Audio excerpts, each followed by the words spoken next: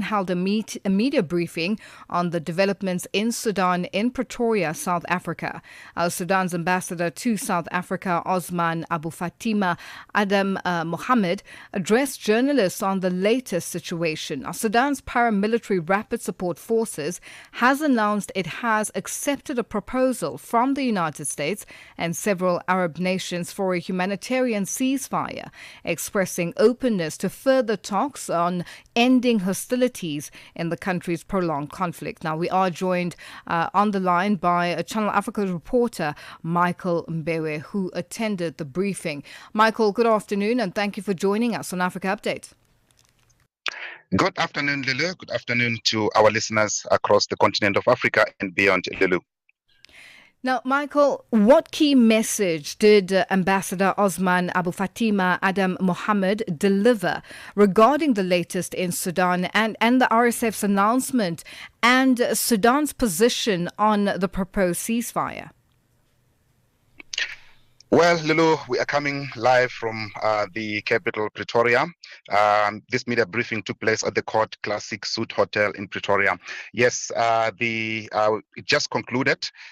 Just to highlight on what you have asked, Lulu, well, the media briefing began with graphic video footage showing atrocities allegedly committed by the RSF militia, disturbing scenes of abuse, death, and torture that, according to the embassy, were filmed by RSF fighters themselves. So the ambassador said these videos were shown to highlight what he called the true nature of the RSF and to counter what he described as misleading international narratives about the conflict. In his address, Ambassador Osman Abufatima Adam Mohammed said the RSF is a terrorist militia that launched a premeditated war on the Sudanese people and refused to integrate into the national army as required under the Juba Peace Agreement. So his key message was that peace can only come through restoring state authority, not by legitimizing the RSF as an equal military or political actor. Now, to your second question, Lulu, on the the latest development on the peace agreement, he made it clear that the Sudanese government does not recognize the RSF's ceasefire announcement as genuine or credible, emphasizing that there has been previous truces where the RSF has always been on the wrong, citing this as a tactic to gain more ground and continue perpetuating violence. The ambassador did not explicitly state whether Khartoum would accept or reject the proposal, but he made it clear that the Sudanese armed forces remain the legitimate defender of the nation, saying it's too early to react, Lulu.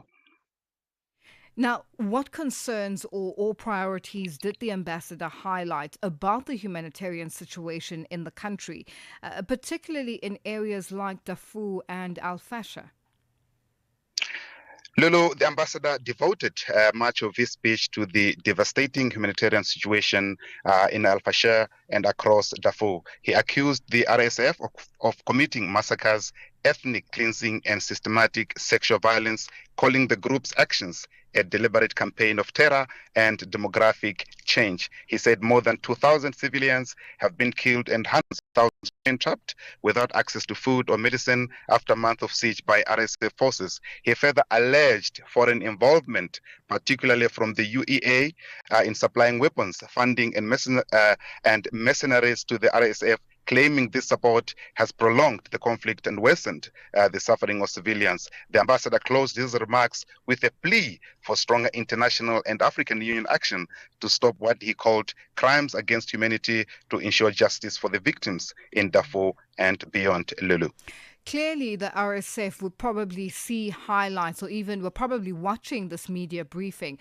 Do you think, or does he think that this will have any impact in the sense that they would then follow through with the ceasefire proposal?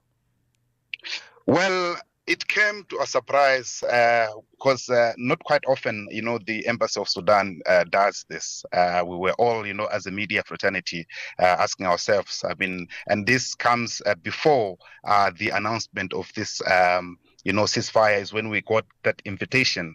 But just to highlight on what you have said, remember, we had the RSF last year in the country through the Thabo Mbeki, peace and dialogue discussions that took place. That was the inaugural. The second one just happened now with the DRC, Lulu. Going back to the Sudanese issue, I asked the ambassador to say, look, there was a peace, discussion that happened here in South Africa where you, as a government, were invited, but also along with the RSF. But to our surprise, only RSF made it, but you did not make it, which is something that also made this conflict to become more and more where we are today. So, but in his response, he said that the RSF always, they have always been, in the side where they will agree on the whatever agreement that has been signed at that particular time, just to, appease the people. But inside, they're continuing with, gaining more ground. So that it's more like it's a face to say, okay, we have signed this in agreement, but in actual fact, they are not, accountable for that agreement. So he said there is more room for negotiation. They will look into also roping in the AU, and also they have also asked the AU to reinstate, full membership of the African Union for the Sudanese, as we know that the African Union revoked the membership of the Sudanese Republic because of the conflict that is, ravaging the country, but also affecting much of the continent, more especially, in the Great Lakes and the Horn of Africa, Lulu. And, just looking at the fact that this, I beg your pardon, the humanitarian ceasefire is a proposal coming from the United States of America and also several of the Arab nations. The U.S. role in this, are you able to sort of give us details and how they came together with some of these Arab nations? The involvement of the U.S., because we know the U.S. and the UAE are also involved in the conflict in the Palestine, Lulu, as we know. So there is this sort of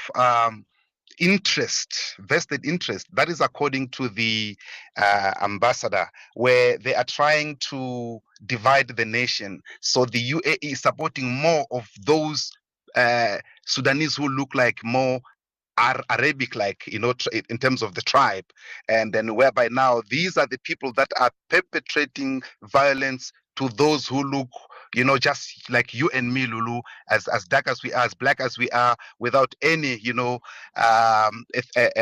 incorporation of ethnicity like color and so on. So they are saying that the UAE must stop supplying weapons. On that video as well that he was showing us, the ambassador, they showed, the marks of weapons that has the name of the UAE on them, which were the bombs that were detonated by the RSF at Al-Fashar, killing thousands of people.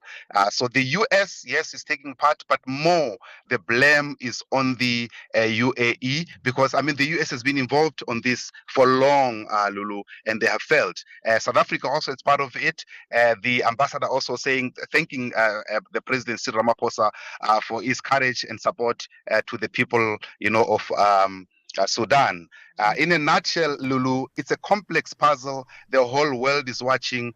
You see also the US. Can we trust the US? Just now they're talking about also, starting another war in Nigeria, Lulu, where they're saying that the Christians are being persecuted by the Muslim people. So it's a lot of complex issues, but the Sudanese issue, it's been a very long, outstanding issue that really needs, the whole international community to rally and sit down and look for a permanent solution to this very, very big problem in the continent of Africa. Michael, always a pleasure. Thank you for joining us on Africa Update. That's our reporter, Michael Mbewe, joining us from the capital, Pretoria, on the latest developments from Sudan. Ready to connect, innovate, and be inspired.